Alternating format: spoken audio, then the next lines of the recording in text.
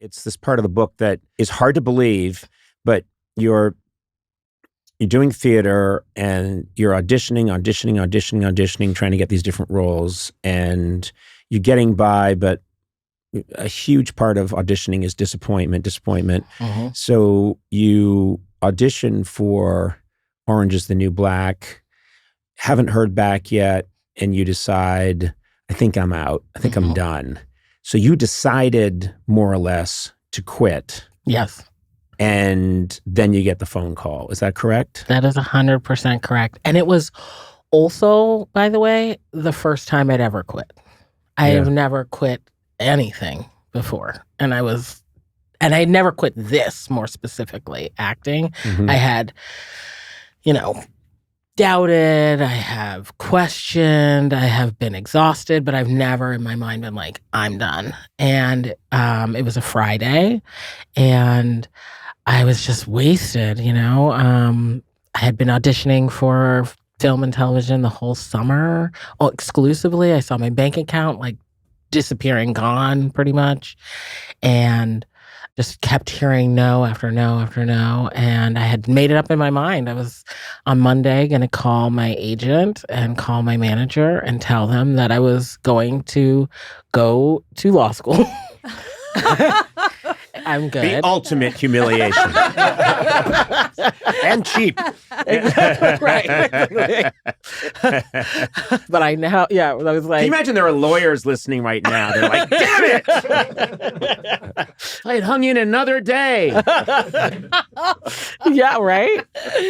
But I did. I was like, legit, that was what I was going to do. I called my sister, Chi-Chi. I ordered some wine. I ordered some sushi. And we were going to be an I'm out party. And then 5:45 p.m. on the nose. Oh, and my phone rang. And it was my team saying, hi, how are you? I was like, I'm good. How are you? And they're like, remember that audition you went on for that show, Orange is the New Black? And I was like, yeah. And they're like, you remember the part you went out for? Because it was a different part. I was like, yeah, I remember. And they're like, well, you didn't get it. I was like, I'm leaving at the right time now that agents are calling you to tell you when you don't get jobs. This is a new part of our service, but you failed, and we want to talk about it for 40 minutes. And I was like, okay. And they were like, but they'd like to offer you another role. And I was like, wow. And I'd never done anything on TV. It was wild. And I was just like, this is crazy. And I definitely did not know at all, for real, that was going to change my life in any way. I knew that it kept me in, but I had no idea that it was going to do anything. You talk about this in the book. So you get the role of Crazy Eyes, and the time between you getting that role, I think it's within a year, maybe less, between getting that role and sitting at the Emmys nominated. Yes. When you hear your name. Yes. As the winner. Yes. That's crazy. That's fantastic. And who gives you the Emmy? Morgan Freeman. Oh, my God. Morgan Freeman. It was wild. I was walking up there, and I was for some reason listing his resume, and I was like, Glory, Bruce Almighty. I was driving this dude out. You know what I mean? Shawshank Redemption, a favorite. I was just going. Yeah. This guy's amazing. Yeah. And he was just handing it to you. We started talking about the life cycle of the penguin. No, Morgan, no. Wow. Yeah, but I mean, to me, it's such a funny thing about this business, but there's, talk about,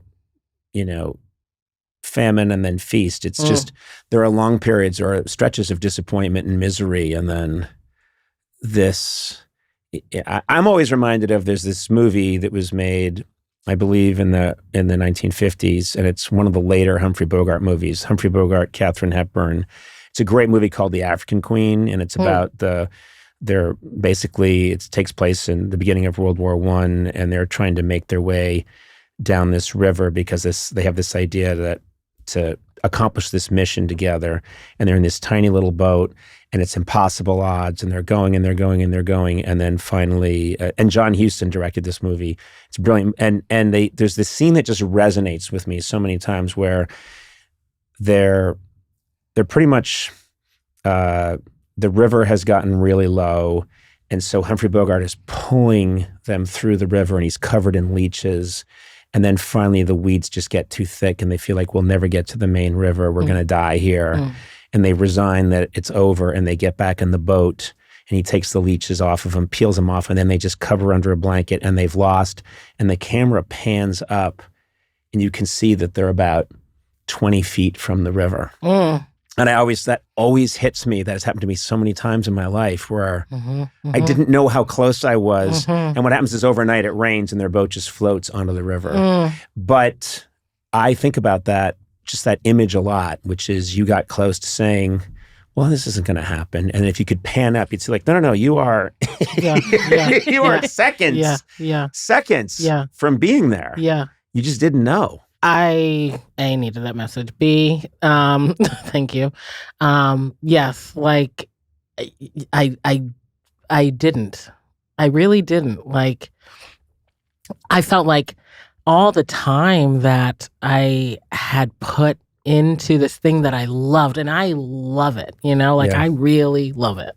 I love it still, and to not feel like I could was getting to do it, you know what I mean? Was really tough to wrestle with and make peace with. And I didn't want and I've said this since the beginning, I'm like, the minute, and I do mean the exact minute that I no longer enjoy this, I will go find something else to do. And I was just feeling like this fear and this